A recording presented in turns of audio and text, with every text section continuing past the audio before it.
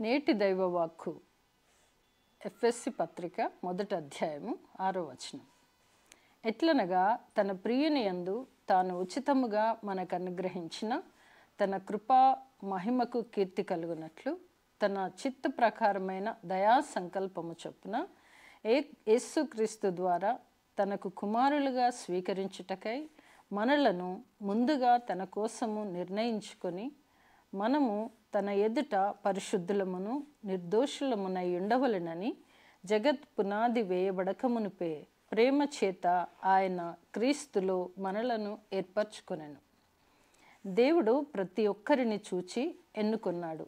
మనలందరినీ తన కృప ద్వారా ఆయన ముందుగానే మనలను ఎన్నుకున్నాడు.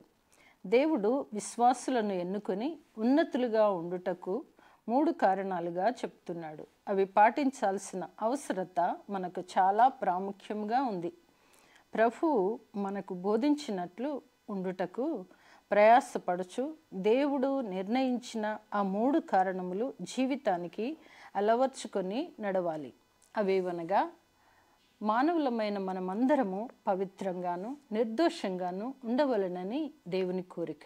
ఎందుకనగా దేవుడు పవిత్రుడు కనుక మనమందరం కూడా పవిత్రుడుగా ఉండాలని పౌలు గారి ఉపదేశం.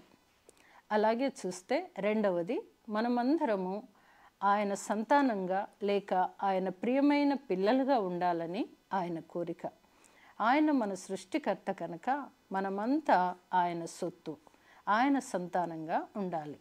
మూడవది, తన దివ్య కృపకు కీర్తి కలగాలని దేవుని ఉద్దేశం. కావున దివ్య కృప మాత్రమే విశ్వాసులకు పాప విముక్తి, రక్షణ ఇస్తుంది. అందువల్ల స్తుతులన్నీ దేవునికి చెందాలి. కృప అనగా దేవుడు మనకు ఉచితంగా ప్రసాదించేది.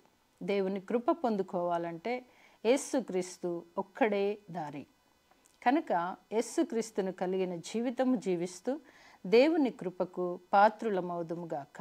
ఆమేన్.